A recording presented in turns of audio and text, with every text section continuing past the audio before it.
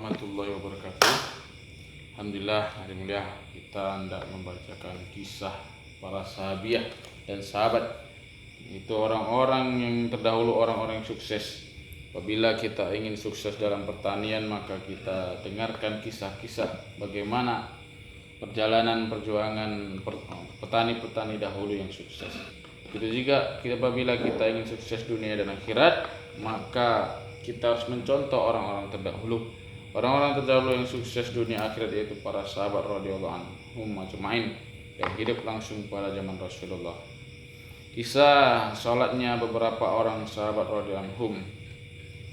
Mujair rahmatullah alaih menceritakan tentang salat Abu Bakar dan Abdullah bin Zubair radhiyallahu anhum.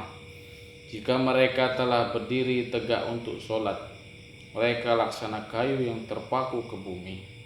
Mereka tidak bergerak sedikit pun selain gerakan sholat. Menurut alim ulama, Ibnu Zubair radhiyallahu anhu mempelajari sholat dari Abu Bakar radhiyallahu anhu, dan Abu Bakar radhiyallahu anhu mempelajarinya langsung dari Nabi sallallahu alaihi wasallam. Sholat sebagaimana yang dilakukan oleh Nabi sallallahu alaihi wasallam telah diikuti oleh Abu Bakar radhiyallahu anhu, dan sholat beliau diikuti oleh Ibnu Zubair radhiyallahu anhu. Sahabat radhiyallahu berkata, jika Abdullah bin Zubair berdiri sholat, ia laksana kayu yang ditancapkan ke bumi. Seseorang berkata, demikian lama Ibnu Zubair sujud tanpa bergerak sedikit pun, sehingga burung-burung hinggap tenang di atas punggungnya. Ia pernah ruku demikian lama dari awal malam hingga subuh tiba. Kadangkala ia menghabiskan malamnya hanya dengan sujud. Pernah Ibnu Zubair radhiyallahu anhu sholat di masjid dalam suatu pertempuran. Tiba-tiba salah satu dinding masjid tertimpa batu yang runtuh. Sebagian bongkahan dinding itu melayang di antara janggut dan tenggorokannya. Namun ia tidak goyah dan tidak memendekkan ruku serta sujudnya. Pada waktu yang lain ketika ia sedang sholat, Hashim anaknya tidur di sisinya. Tiba-tiba seekor ular terjatuh dari atap dan membelit anaknya. Anak itu menjerit sehingga isi rumah panik dan berlarian mendatanginya. Akhirnya mereka berhasil membunuh ular itu, tetapi Ibnu Zubair radhiyallahu anhu tetap tenang dalam sholatnya. Setelah salam ia bertanya, tampaknya ada keributan. Apakah yang telah terjadi? Jawab istrinya, semoga Allah merahmatimu. Anak ini hampir mati dan engkau tidak mengetahuinya. Sahutnya, celakalah aku jika aku memalingkan perhatian dari sholat. Bagaimana jadinya sholatku?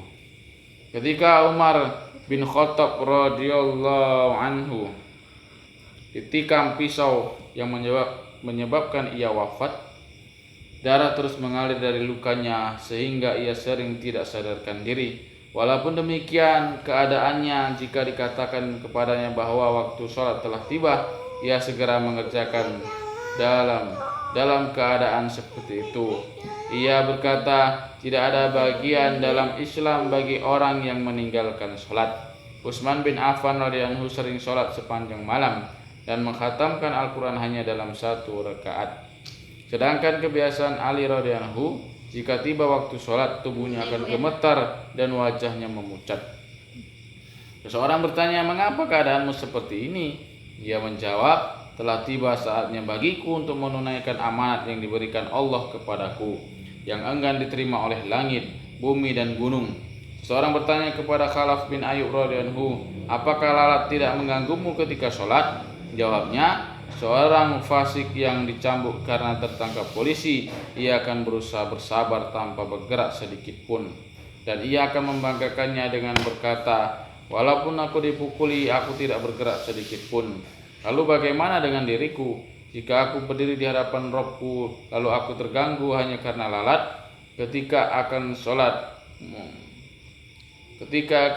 Muslim bin Yasar rahmatullah alaih berkata kepada keluarganya, teruskanlah pembicaraan kalian, aku tidak akan tahu apa yang kalian bicarakan. Suatu ketika ia sholat di Masjid Jami' Basrah, tiba-tiba sebagian tembok menjadi runtuh. Orang-orang pun berlarian dan ribut berkumpul di sana, tetapi ia tidak mengetahui apapun yang terjadi. Hatim Asyam rahmatullah alaih ditanya tentang bagaimana ia sholat. Ia menjawab, jika waktu sholat tiba, setelah berwudu aku berjalan ke tempat sholat. Lalu aku duduk sejenak hingga seluruh tubuhku tenang.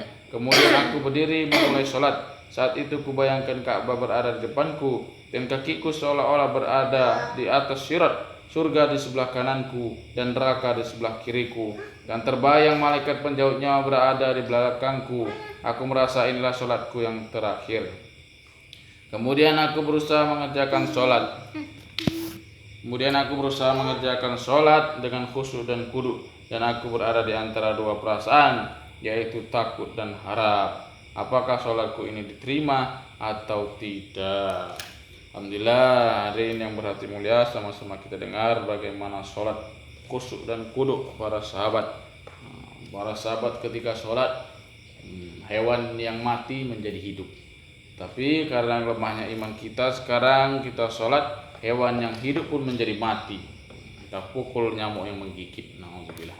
Jadi sama-sama apa yang kita dengar ini semoga menjadi pelajaran dan kita niat amalkan dan niat kita sampaikan kepada saudara kita yang belum mendengarnya. Insyaallah karena majelis diri Allah kita belum ya.